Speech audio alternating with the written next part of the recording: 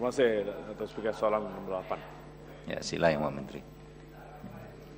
Dato' Yang di-Pertua, Kementerian Pelajaran Malaysia tidak pernah mengabaikan kepentingan mana-mana murid, khususnya dalam pelaksanaan menghadkan jumlah mata pelajaran dalam peperiksaan CJ Pelajaran Malaysia SPM.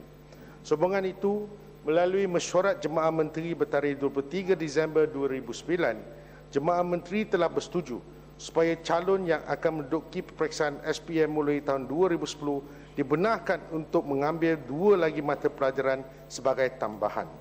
2 mata pelajaran tambahan tersebut mestilah dipilih daripada mana-mana mata pelajaran yang telah disenaraikan dalam mata pelajaran SPM selain daripada mata pelajaran teras. Jumlah keseluruhan mata pelajaran yang boleh diambil oleh calon adalah 12. Untuk maklumat ahli yang berhormat, KPM tidak membezakan antara satu subjek dengan subjek yang lain dari segi nilai dan pencapaian pelajar. Ianya bergantung kepada keperluan calon untuk menentukan mana subjek yang hendak dipilih bagi tujuan tersebut. Bagi tujuan pemilihan calon SPM untuk hadiah beasiswa nasional, KPM akan menyenarai pendek nama calon berdasarkan kepada purata peratus ranking jumlah markah mentah yang memperoleh grade A+ bagi semua mata pelajaran yang diambil. Ini adalah bertujuan untuk menjamin kualiti pencapaian calon. Walau bagaimanapun, pertimbangan untuk tujuan pemberian beasiswa JPA di bawah Jabatan Perdana Menteri adalah di bawah keputusan JPA yang bergantung kepada khusus yang dipohon dan terpulanglah kepada institusi pengajian tinggi yang menawarkan kemasukan calon-calon mengikut khusus-khusus tertentu. Yang Menghormati Ibu Barat. Terima kasih Dato' Speaker. Soalan tambahan. Boleh saya dapat tahu apakah asas kementerian untuk menetapkan subjek limit 10 dan yang lebih itu 2? Apakah asasnya? Itu nombor 1. Kerana bukankah kita patut memberi galakan kepada murid-murid untuk mengambil beberapa mata pelajaran yang mereka boleh, dan kalau mereka pintar, hardworking, boleh mendapat semua A+. Bukankah itu satu galakan yang patut diberi oleh kementerian? Kenapa kita melimitkan penglibatan atau pengambilan periksa oleh mereka? Dan kedua adalah dengan tidak membenarkan subjek-subjek lain diambil dalam 10 core subjek, saya khawatir tak lama lagi itu lebih fruitless exercise jika mereka mengambil Mandarin dan Tamil, di mana bukan menjadi dalam satu core subjek dan dalam 10 ini, dan bermakna lama-lama tak lama cenderungan mereka untuk mengambil subjek-subjek ibunda mereka akan dimatikan oleh kementerian kerana tidak memberi bahawa ia akan diambil kira dalam pemberian beasiswa dan sebagainya. Dan yang berhormat berkata bahawa tidak mengabaikan anak-anak kita, tetapi tidak ada basis. Kerana kalau kita tengok dengan menghadkan hanya kepada 10 saja, apakah rasional dia? Apakah rasional dia supaya bukankah ia mencacatkan kebolehan? Macam kita nampak semua anak-anak yang pergi ke sekolah only capable untuk mengambil 10 subjek, bukan untuk capable untuk ambil 15 ke 18. Bukankah itu pilihan mereka, a democratic society? Bukankah itu yang patut diberi? Dan bila yang berhormat mengatakan scholarship ke ini, kita tahu baru-baru ini masalah yang dihadapi A+.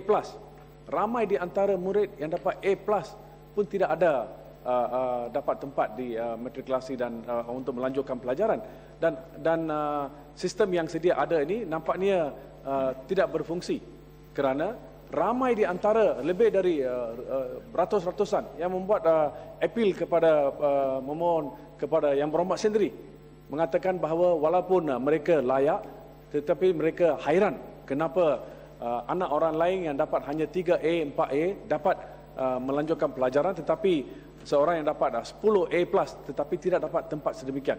Dan apakah macam manakah ini sebenarnya ada ketulusan dalam hal ini, dan adakah kerajaan rela untuk mensenaraikan semua yang telah mendapat, all those successful candidate, apakah sebab mereka dapat nama mereka, bapa nama mereka? Kerana saya difahamkan ramai di antara yang mendapat itu adalah anak-anak ahli parlimen, anak-anak menteri, anak-anak timbalan menteri, Yang Amat. anak-anak senior government servant. Ini adalah alegasi yang dibuat. Jadi macam mana ini dapat diatasi walhal tidak ada transparansi sementara sekarang?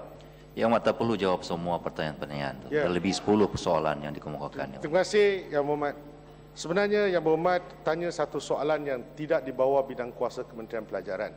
Saya dah sebut beasiswa JPA itu di bawah Jabatan Perdana Menteri, dipersilakan tanya menteri yang berkenaan. Ya. Yang kedua, ada banyak anggapan Yang Berhormat yang tak tepat. Saya memberi contoh kepada Yang Berhormat. Kalau kita menghadkan pada 12 subjek, kalau dahulunya sebelum ini dalam Dewan ini kita mendengar ada ahli parlimen yang bising, dia kata kenapa sampai 16, 18, 20 subjek? Dan di manakah rasionalnya kita meletak begitu banyak? Dan ada yang telah mengambil fizik, bio, kimia, matematik tambahan, matematik, dan pelajar ini juga dia pergi ambil taraf peperiksaan iaitu sains dalam bidang sastra. Ini adalah masalahnya kerana dia nak dapat lebih banyak A, tapi bukan tujuan mengejar ilmu, ya. Sebab itu kita dapat justifikasi bahawa ianya perlu dikurangkan. Dan dari segi maklumat yang kementerian ada sekarang, lebih daripada 85% semuanya hanya mengambil mata pelajaran teras sahaja. Okey. Yang Berhormat mendakwa bahawa kononnya tidak memberi layanan yang baik terhadap bahasa Cina dan bahasa Tamil. Ingin saya memaklumkan kepada Yang Berhormat, Yang Berhormat pergilah ke laman web JPA. Sejak 2001 hingga 2010, apa syarat yang dinyatakan? Syarat utama ialah subjek utama, iaitu subjek teras. Yang saya telah sebutkan, 5 mata pelajaran matematik dengan sains, tambah dengan bahasa Malaysia, bahasa Inggeris, sejarah, dan satu lagi mata pelajaran sama ada pengetahuan moral ataupun pendidikan Islam. Ini 9 mata pelajaran teras yang sejak dahulunya di situ. Dan bagi mereka yang memohon perubatan, untuk Yang Berhormat, sebenarnya mata pelajaran teras ini sebagai asas pertimbangan. Yang mereka yang boleh mendapat BC/BT dengan baik, dengan baik, mereka mempunyai advantage dalam bidang yang lain. Apabila mereka nak jadi guru nanti, salah satu kelayakan yang diperlukan ialah mesti dapat kredit dalam BC atau BT. Ini sebagai satu kelebihan kepada calon-calon ini. Jadi untuk tujuan memproses beasiswa ini, sebenarnya Kementerian Pelajaran kita tak melakukan apa-apa. Kita hanya membekalkan maklumat, data ni kepada pihak yang memerlukannya. Dan ini adalah tanggapan yang tak betul yang mengatakan kononnya kita tidak memberi layanan yang sama. Dan apa yang saya nak beritahu Yang Berhormat sebenarnya, dalam soal kita menggradekan mata pelajaran ini, cuma ada 9 mata pelajaran teras dan yang selainnya adalah mata pelajaran elektif. Ini tak ada beza dengan tahun sebelum ini. Mungkin ada pihak yang mempolitikkan isu ini, mereka tidak faham. Saya tak salahkan mereka, mereka tak faham kenapa dikatakan dua ini status dia lain.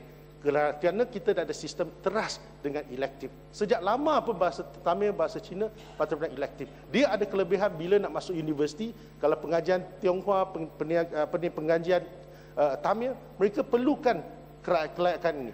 Tak ada satu tidak ada sebarang masalah dari segi ini untuk kita galakkan mereka. Dan sekarang, kalau Yang Berhormat masih lagi ingat, bahasa Tamil boleh diambil dan kita juga membenarkan kesusastraan Tamil diambil. Mana ada masalah dalam lingkungan 12 mata pelajaran. Jadi saya berharap ianya tak seharusnya dipolitikkan. Terima kasih.